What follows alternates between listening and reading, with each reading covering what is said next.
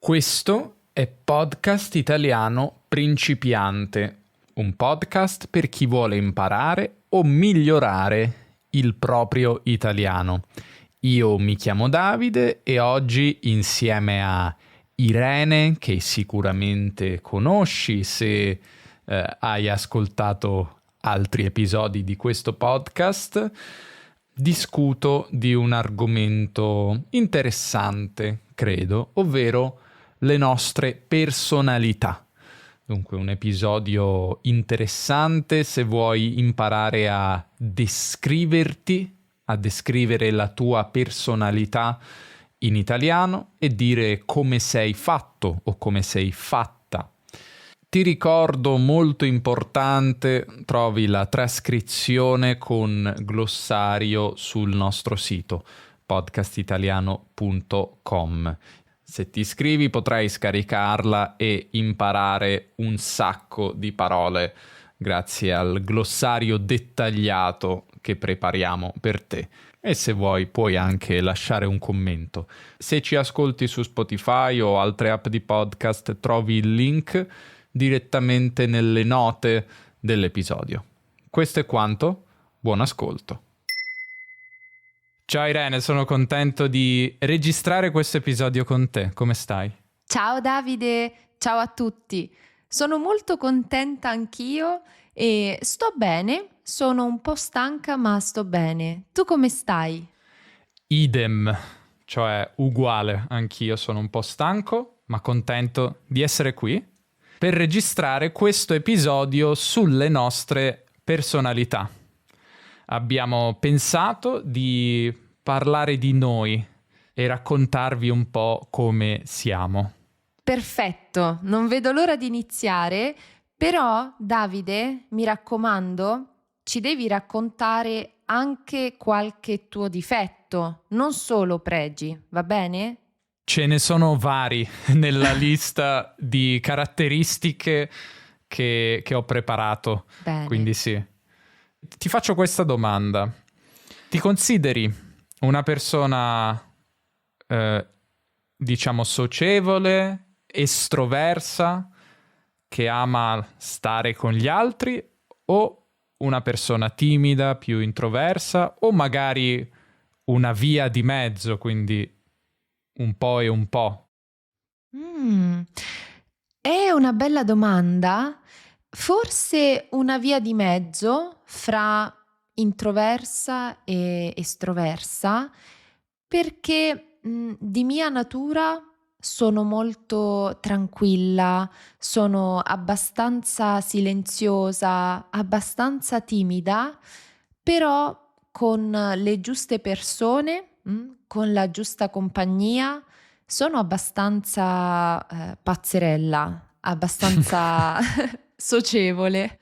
Quindi direi con la giusta compagnia estroversa, e mentre con persone che non conosco o persone con cui non mi trovo bene, con cui mi sento a disagio, quindi non sto molto bene, allora molto introversa. E tu invece? Anch'io sono come te. Diciamo che in passato avrei detto che mi sarei definito timido e introverso. Da piccolo ero molto timido, con il tempo sono migliorato, però è come dici tu, c'è sempre una differenza tra i contesti in cui sono più a mio agio, quindi con persone che conosco, con cui mi trovo bene, e le situazioni in cui mi trovo con persone che conosco poco o che ho appena conosciuto o con cui non mi trovo così bene magari o con cui non ho molto in comune anche. In quei casi sono molto timido, abbastanza timido. Certo. Quindi, però sono migliorato nel tempo. Tu pensi di aver fatto progressi o sei sempre uguale? Perché io rispetto a 20 anni fa sono molto meno timido, quindi c'è un miglioramento. Molto bene, bravissimo. Non lo so se ho fatto progressi perché Forse anch'io da piccola ero un pochino più timida, da adolescente ero molto estroversa, molto molto estroversa e forse ero troppo estroversa da Ah adolescente, sì? quindi sì, quindi crescendo sono diventata più matura e ho trovato un equilibrio, un equilibrio, diciamo la giusta via di mezzo fra l'essere introversa ed estroversa e mi piace come sono adesso, molto tranquilla, ma anche molto, molto simpatica con le giuste persone.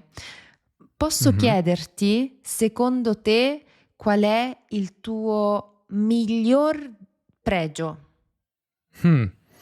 Il mio miglior pregio? Mhm. Eh, Non so se ne ho, no, scherzo. Ehm, Forse, non lo so, potrei forse dire questo. Quando qualcosa mi piace, sono molto determinato e molto ambizioso. L'altro lato della medaglia è che se non voglio fare qualcosa, non sono motivato, il contrario. Trovo difficile fare qualcosa controvoglia. Però se qualcosa mi piace, tendo a ossessionarmi un po' con quell'argomento, con quella cosa e magari diventare anche bravo. Eh, Mhm. può essere, sì, può essere un argomento, una competenza, insomma, varie cose. Però, però sì, faccio fatica a spingermi a fare ciò che non mi piace. Però sei coerente, quindi diventi molto bravo e riesci a portare avanti i tuoi progetti e quello che ti piace. Se una cosa non ti piace, invece procrastini e proprio non riesci. Sì, assolutamente. E diciamo che se voglio fare qualcosa posso essere anche abbastanza testardo e caparbio nel Mm, cercare di farla. Devo farla. Se non mi mm. importa, non mi importa. Dimmi invece il tuo, Irene, tua migliore qualità. Secondo me, la mia migliore qualità è che sono molto positiva, Ah, molto ottimista, mi piace trovare le soluzioni ai miei problemi, ovviamente non ai problemi degli altri, ma quando posso aiutare cerco di aiutare in ogni modo anche gli altri. Però se ho un problema riesco sempre a trovare la soluzione e a rimanere positiva e super ottimista e in generale è difficile deludermi o è difficile che io rimanga delusa da qualcuno o da qualcosa perché cerco sempre di vedere il lato positivo delle cose. però una domanda, se sei ottimista e tu quindi pensi bene di una persona e poi questa persona non fa le cose come ti aspetti, non rimani delusa se eri ottimista su quella persona? Non so se è chiara la domanda. Sì, è molto chiara e diciamo che sono ottimista, però non sono una sognatrice, nel senso che sì, sono abbastanza realista, quindi riesco a capire subito, no, che cosa aspettarmi da una situazione, cerco di non avere mai aspettative troppo alte, proprio per evitare delusioni. Quindi non mi aspetto mai tanto, magari ci spero di ricevere tanto, ma se non è così non fa niente, probabilmente doveva andare così. Mhm. E se una persona mi delude, insomma, non è un problema mio. Quindi anche lì cerco di vedere il lato positivo. Fortunatamente non è colpa mia, è colpa dell'altra persona. E ti offendi? Sei una persona che si offende molto? Ti sto intervistando come un no, psicoterapeuta. Volevo proprio dirti che, d'altro canto, il mio peggior difetto è che sono molto permalosa. Ah sì, ti capisco comunque, perché anche era il mio difetto, insomma, che avrei menzionato. Anche tu sei permaloso? Anche qui è una cosa che è migliorata nel corso del tempo, forse anche vivendo con Erika, non è per nulla permalosa, però io lo sono sempre stato abbastanza, e ora riconosco che è un grande limite essere permalosi, perché per esempio, non so, magari una persona ti può... Innanzitutto è un limite se una persona ti critica, noto, perché subito lo prendi come attacco personale, e da piccolo ero molto così, non apprezzavo le critiche. Seconda cosa, a volte, no, ci si può prendere in giro tra amici, persone che si vogliono bene, amichevolmente. Però se uno è permaloso, è più difficile che accetti la presa in giro simpatica, no? Bonaria. E quindi vedo tanti limiti all'essere permaloso e cerco di non esserlo, e sto migliorando anche qui. Per me è proprio una cosa che per me è negativa, e non mi piace questa cosa di me.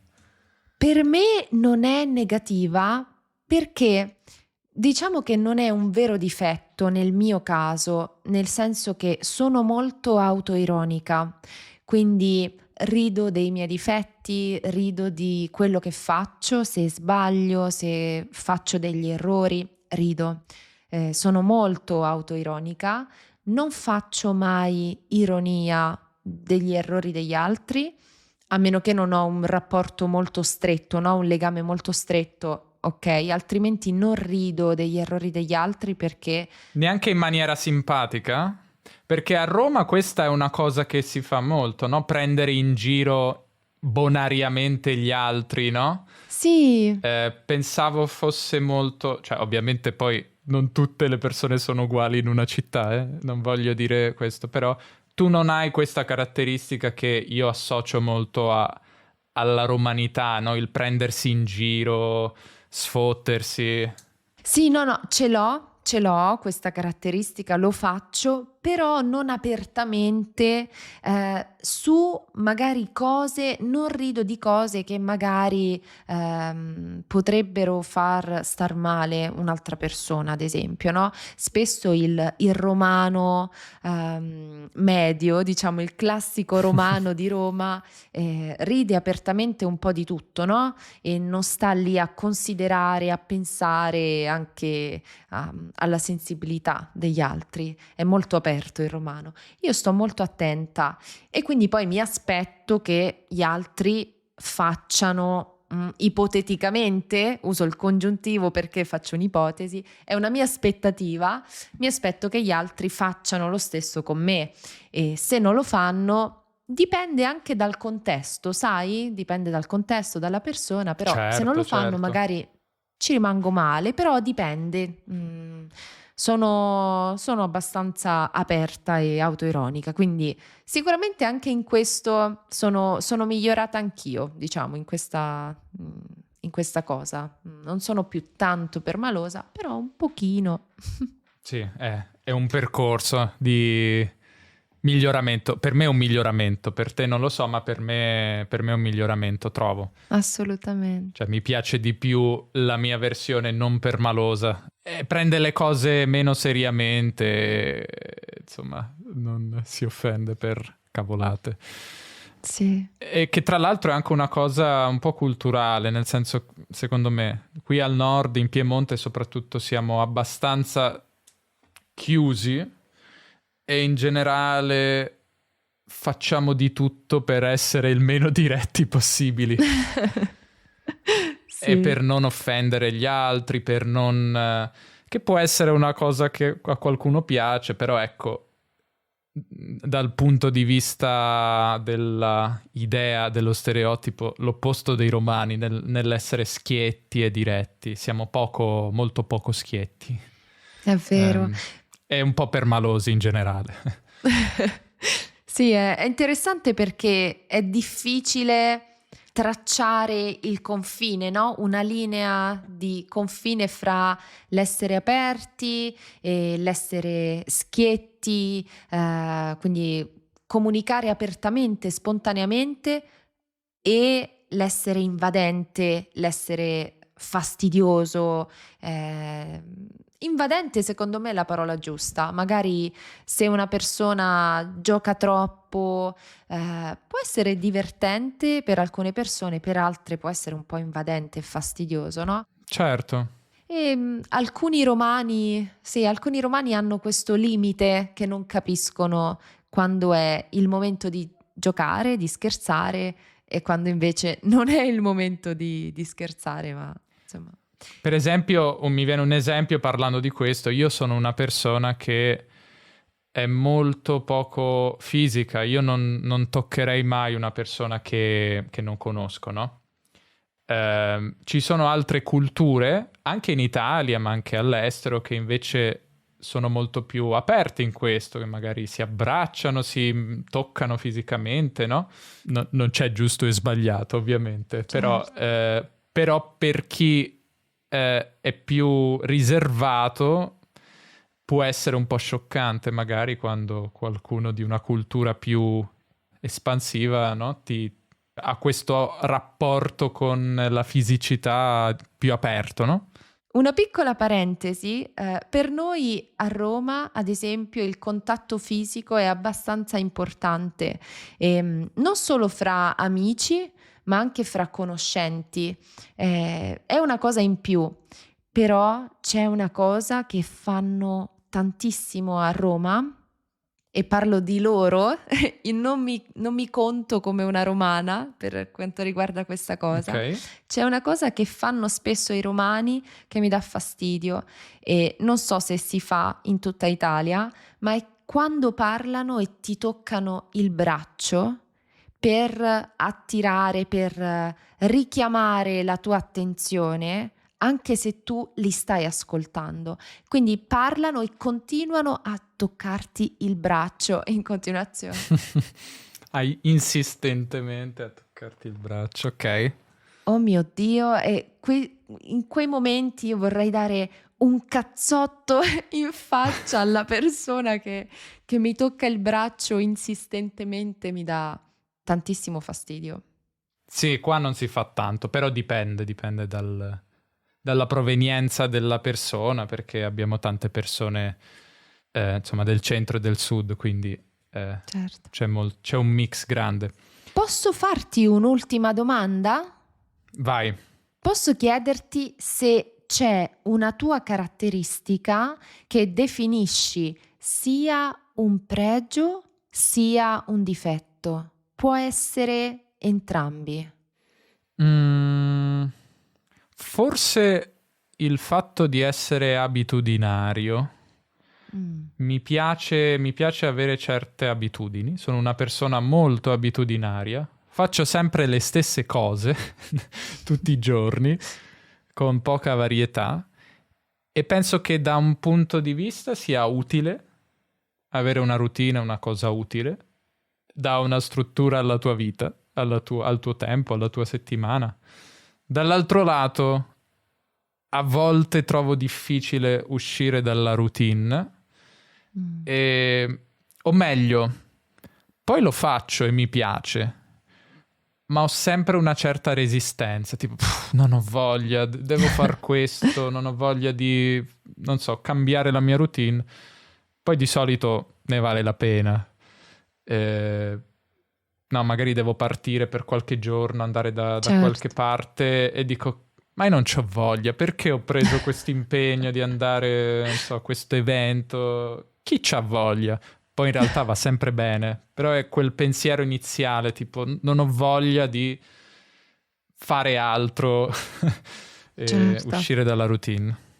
Che hai il tuo equilibrio e tutto va esattamente come deve andare. Sì, però ci vuole, perché se fai sempre le stesse cose, poi dopo un po' ti rompi un po', ti rompi le scatole. Sì, sì, sì. Se la routine è buona di base, se uno si sveglia presto, magari fa un po' di sport, prende il caffè, inizia a lavorare, mangia, si riposa, riesce anche ad uscire un po' il pomeriggio. Se la routine è buona, alla fine ci sta. Se uno ha una cattiva routine, invece, può essere un problema. Beh, poi cos'è una cattiva routine? Non avere una routine, forse. Non lo so. Sì, forse vivere alla giornata. Ok, oggi che cosa devo fare? Mi sveglio a mezzogiorno e poi vediamo che succede. Sì. E invece giro la domanda anche a te. Hai una qualità che è anche un limite? Tutte le mie qualità sono un limite. No, scherzo. Sì, Sei ambivalente. sono ambivalente. No, scherzi a parte, sicuramente il fatto di essere una perfezionista per i miei standard, perché non possiamo essere perfezionisti, ci sarà sempre qualcuno che è più perfezionista di noi. Però sono un po' perfezionista, almeno nei campi di mio interesse, nei campi che mi interessano, ad esempio la cucina. Se sto cucinando qualcosa e non viene come io mi aspettavo, io apro il secchio dell'immondizia e butto tutto. Magari butto ingredienti che ho pagato 60 euro. No, io devo buttare tutto perché non è venuto esattamente come desideravo. Ovviamente sto esagerando, non buttate il cibo, non sprecate mai il cibo. Però in generale, se sto lavorando a qualcosa di manuale, se sto disegnando, se sto dipingendo e non viene bene, impazzisco. E, quindi ho sempre bisogno di organizzarmi bene con quello che devo fare, qualsiasi cosa sia, cucinare, creare qualcosa di artistico, scrivere una storia, qualsiasi cosa sia, o vestirmi, se ho in mente un outfit o qualcosa che voglio indossare e ho dimenticato di essere ingrassata, quando vado a vestirmi impazzisco, voglio distruggere lo specchio. Ed è così un po' in tutti i campi. Può essere un pregio perché cerco sempre di fare le cose fatte bene, ma d'altro canto può essere un difetto perché se non ci riesco mi arrabbio con me stessa o con gli altri, se sto lavorando con altre persone. Questo è il motivo per cui mi piace tanto lavorare da sola e faccio fatica a lavorare in una squadra perché vorrei fare tutto io per fare le cose fatte bene. Sì, è vero, ti capisco. Anche se si migliora con il tempo. Sì, sì, speriamo, dai. Io nel tempo ho iniziato a fregarmene. Bisogna fregarsene un po'. Soprattutto se hai un canale YouTube e fai tanti contenuti, non puoi pensare che tutto esca come vuoi.